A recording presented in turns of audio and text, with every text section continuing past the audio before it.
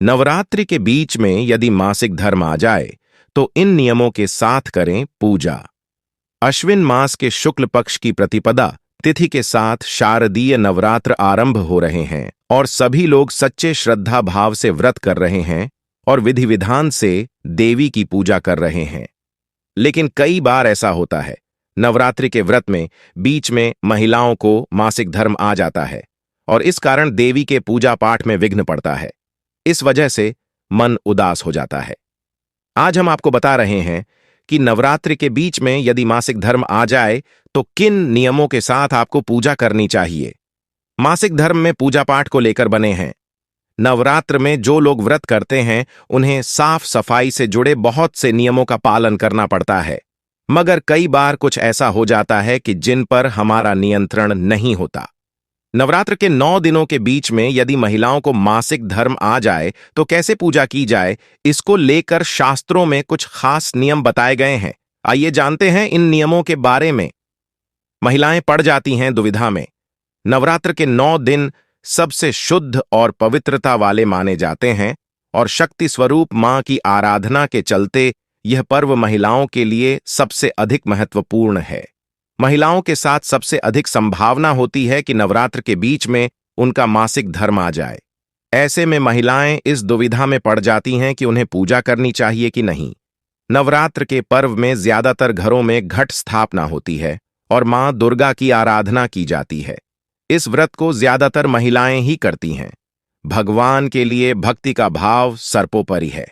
महिलाओं के लिए मासिक धर्म प्राकृतिक रूप से होने वाली वह घटना है जो हर 22 से 28 दिन में रिपीट होती है।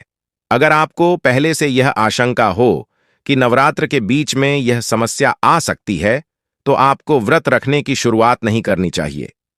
ऐसी स्थिति में आप चाहें तो पहला और आखिरी व्रत कर सकती हैं। मासिक धर्म में महिलाओं को चक्कर आना, भूख न लगना और कब्ज जैसी समस्याएं हो सकती हैं। ऐसे में आपको व्रत नहीं रखने चाहिए। लेकिन जिन महिलाओं को ऐसी समस्याएं नहीं होती हैं वे व्रत रख सकती हैं। इस दौरान आपको माता की प्रतिमा को स्पर्श नहीं करना चाहिए और न ही पूजा की कोई सामग्री छूनी चाहिए। आप सच्चे श्रद्धा भाव से व्रत कर सकती हैं और फलाहार भी कर सकती हैं। भगवान के लिए भक्तों के मन में सच्चा भाव होना जरूरी है और शारीरिक शुद्धि उसके बाद आती है। व्रत के साथ कर सकती हैं पाठ। जिन महिलाओं को मासिक धर्म की समस्या आती है वे व्रत करने के साथ दुर्गा सप्तशती का पाठ भी मन ही मन कर सकती हैं। अगर आपको ये पाठ याद नहीं है तो आप अपने मोबाइल में इंटरनेट के माध्यम यह पाठ देखकर कर सकती हैं। किसी एकांत स्थान पर बैठकर आप चाहें तो यह पाठ कर सकती हैं। ध्यान रखें कि यह पाठ आपको स्नान के बाद स्वच्छ वस्त्र धारण करके ही करना चाहिए। कलश से बनाए रखें दूरी। यदि पीरियड्स की आशंका है तो आप कलश स्थापित न करें, क्योंकि कलश स्थापना के अपने अलग ही नियम हैं। इसलिए कलश वाले स्थान को बहुत ज्यादा पवित्र रखना है। यदि कलश स्थापित हो चुका है तो आपको कलश से दूरी बनाए रखनी चाहिए। यदि कलश आपसे स्पर्श हो गया तो इसकी पवित्रता खत्म हो सकती है। अतः कलश को बहुत ज्यादा पवित्र स्थान पर ही स्थापित करना चाहिए। माता का भोग न बनाएं। पीरियड्स के दौरान आपको माता के लिए भोग भी नहीं तैयार करना चाहिए। ऐसे समय में बनाया गया भोग माता द्वारा स्वीकार्य नहीं होता है। यहां तक कि माता का भोग भी किसी और से लगवाएं।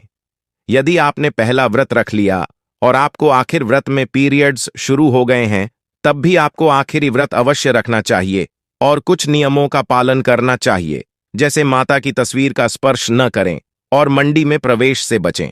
जिस समय आपका मासिक धर्म खत्म हो जाए उस समय नहाकर साफ वस्त्र धारण करके मां भगवती का पूजन करें।